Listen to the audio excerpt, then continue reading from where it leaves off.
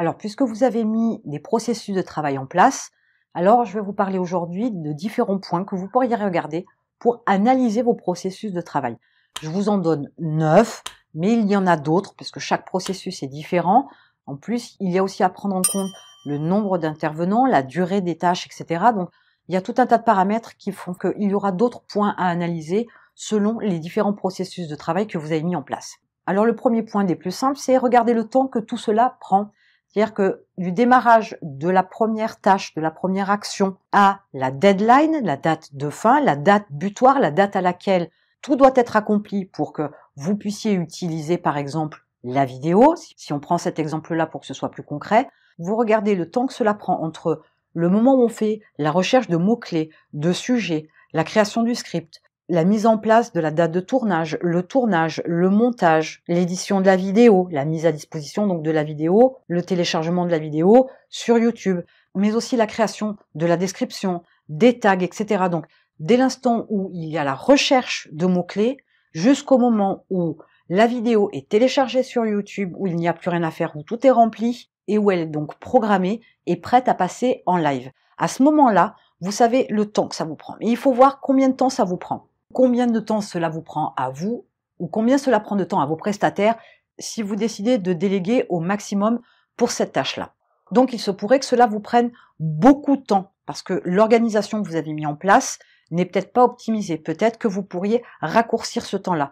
Tout comme vous pourriez peut-être aussi faire que cela prenne plus de temps pour une question d'organisation.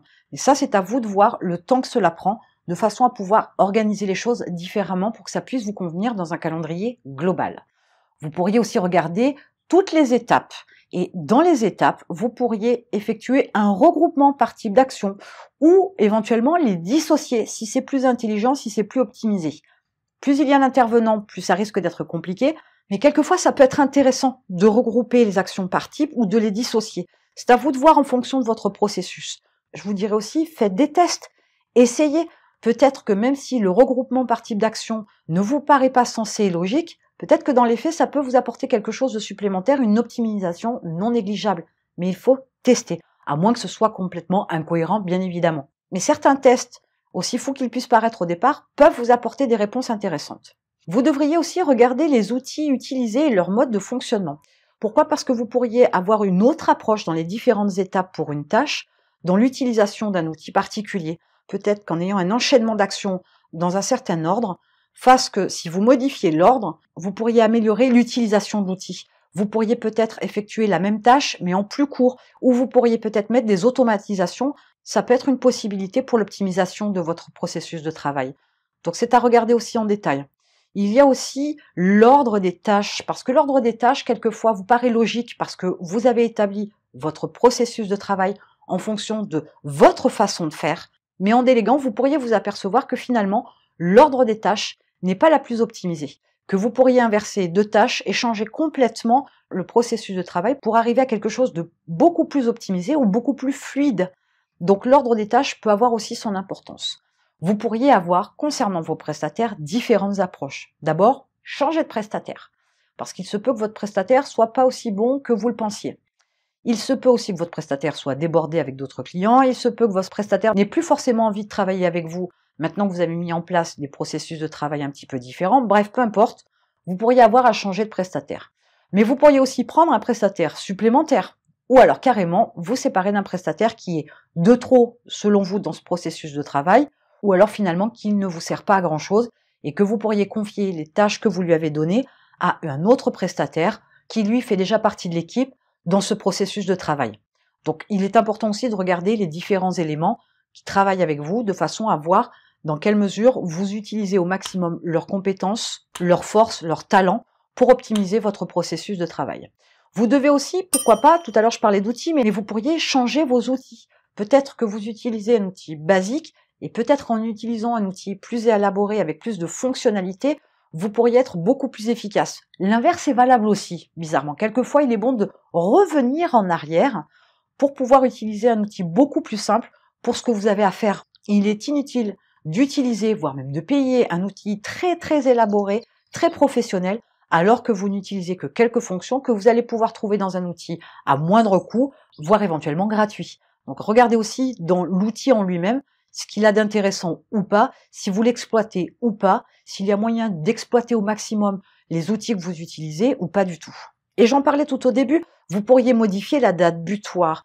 Alors là, c'est plutôt dans l'approche entre le moment où la vidéo est faite, programmée sur YouTube, etc., et le moment où est programmée la vidéo. Si par exemple, vous décidez que la vidéo du vendredi doit être le lundi, obligatoirement, elle doit être programmée et prête à passer en live. Donc vous avez défini que le travail doit être terminé au moins 4 jours avant la mise en ligne, avant l'accès au public de cette vidéo. Peut-être qu'il serait préférable que la vidéo du vendredi soit prête 1 semaine, 2 semaines, 3 semaines, 1 mois à l'avance dans l'organisation. Parce qu'il faut penser aussi que si vous déléguez une partie de vos tâches, il faut penser que vous avez des prestataires qui peuvent tomber malades, qui peuvent démissionner, qu'ils peuvent être débordés, il peut y avoir des soucis en cours de route sur un logiciel, il peut y avoir tout un tas de choses qui peuvent se passer, tout un tas d'incidents et que vous devez prévoir en bon proactif que vous êtes.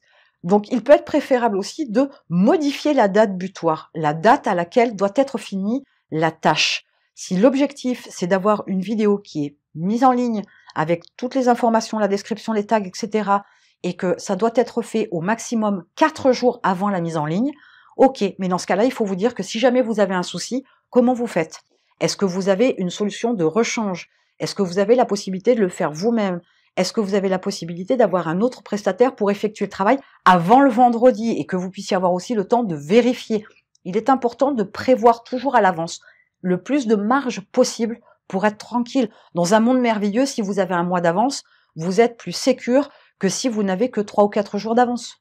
Donc pensez à regarder la date butoir, peut être une approche intéressante pour optimiser votre processus de travail. Et puis, quoi qu'il arrive, dans chaque processus, il y a différentes tâches qui sont faites. Peut-être que vous auriez l'opportunité d'utiliser certaines tâches à d'autres fins. Si je reste dans l'exemple de la vidéo de YouTube, vous avez cette fameuse miniature qui est faite pour YouTube. Mais en attendant, cette tâche-là de création d'images, elle peut être utilisée pour autre chose. La miniature qui est donc faite pour l'utilisation de YouTube peut être utilisée par exemple pour un post sur un réseau social, peut être utilisée dans un article, peut être utilisée dans un e-book. Donc pensez qu'il y a la possibilité aussi d'utiliser certaines tâches qui sont déjà faites dans certains processus pour les rapatrier dans un autre processus de travail, qui vous permet donc d'avoir une optimisation de vos processus de travail. Donc n'oubliez pas que chaque tâche peut avoir plusieurs finalités. La création d'une image pour YouTube peut être aussi la création d'une image pour un article, peut être la création d'une image pour un post sur un réseau social. C'est un exemple parmi tant d'autres, il peut y en avoir beaucoup d'autres, mais vous avez la possibilité d'utiliser certaines tâches pour l'incrémenter dans d'autres processus de travail. Voilà quelques points qui vous ont permis d'analyser vos processus de travail. Il y a bien évidemment, comme je vous le disais, d'autres points que vous pourriez regarder en fonction de vos différents processus de travail, de votre activité, des différentes tâches, des personnes, des prestataires ou des employés qui interviennent dans vos processus de travail pour pouvoir analyser, faire des tests et pouvoir les améliorer, voire les optimiser au maximum pour avoir des processus de travail le plus efficaces possible. Et en attendant, je vous retrouve de l'autre côté.